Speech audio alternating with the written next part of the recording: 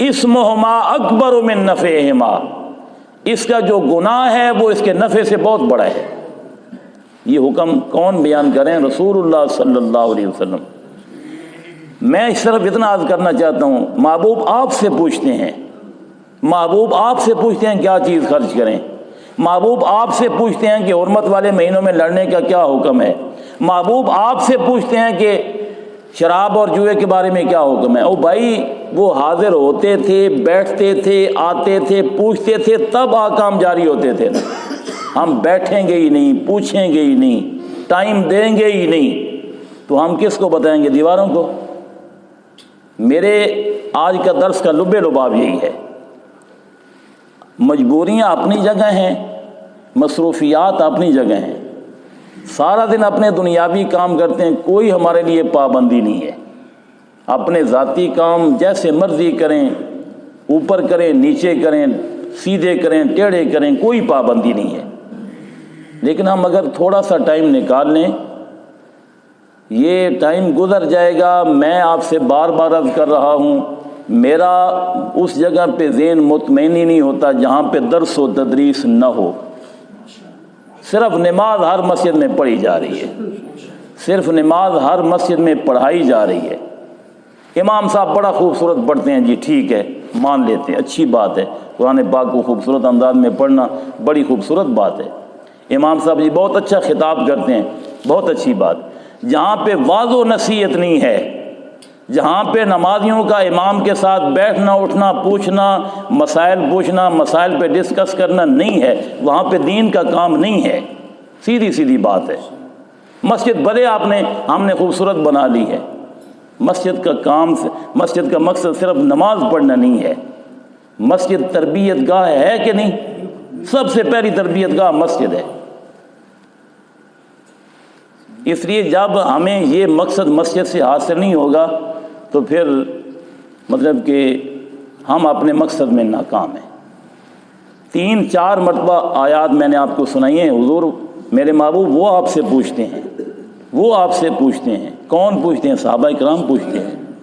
بھائی وہ ٹائم نکالتے تھے، پوچھتے تھے۔ ہمیں تو ابھی دین کے لیے کچھ کرنے کا کوئی تکلیف محسوس ہی نہیں ہوئی۔ ابھی میں آپ کو ایک حدیث سناتا ہوں، اس کے بعد میں درس کو ختم کروں گا۔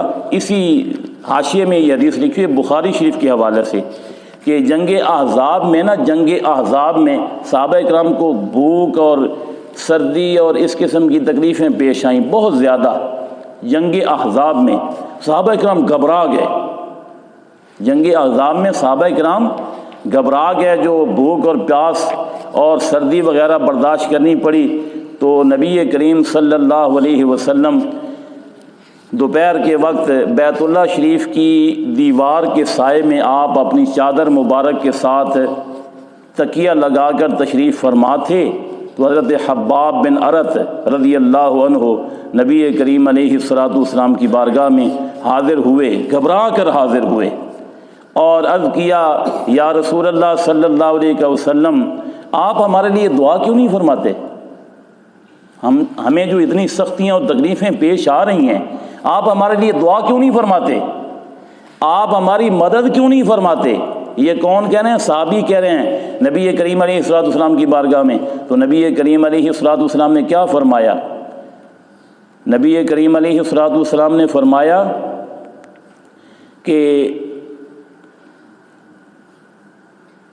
تم سے پہلے لوگ گرفتار کیے جاتے تھے، تم سے پہلے لوگ بولو، تم گرفتار کو نہیں ہوئے، تم سے پہلے لوگ گرفتار کیے جاتے تھے، زمین میں گڑھا کھود کر اس میں دبا دیے جاتے تھے۔ زمین میں، بخاری شریف کی حدیث ہے، زمین میں گڑھا کھود کر اس میں دبا دیے جاتے تھے۔ تمہارے ساتھ تو یہ صورت پیش کوئی نہیں آئی۔ آرے سے چیر کر 2 ٹکڑے کر ڈالے جاتے تھے، تمہارے ساتھ یہ صورت کوئی نہیں پیش آئی۔ لوہے کی کنگھیوں سے ان کے گوشت نوچے جاتے تھے، تمہارے ساتھ یہ کوئی نہیں مصیبت پیش آئی، اور ان میں سے کوئی مصیبت انہیں ان کے دین سے نہ روک سکتی تھی۔ آرے سے چیرے گئے لوگ، لوہے کی کنگھیوں سے ان کے جسم کے گوشت کو نوچا گیا، ان کو زندہ گڑھے کھود کر دبا دیا گیا، ان کو گرفتار کیا گیا۔ مجھے بتاؤ، مجھے اور آپ کو ان میں سے کون سی تکلیف پیش آئی ہے؟ ہمیں تو کچھ بھی نہیں ہوا، تو ہم دین کے لیے ٹائم نہیں نکال سکتے؟ بس یہ دعوت فکر ہے ہم سب کے لیے۔ اللہ تعالی ہم سب کو دین کے لیے وقت نکالنے کی توفیق عطا فرمائے۔ وآخر دعوانا الحمدللہ رب العالمین۔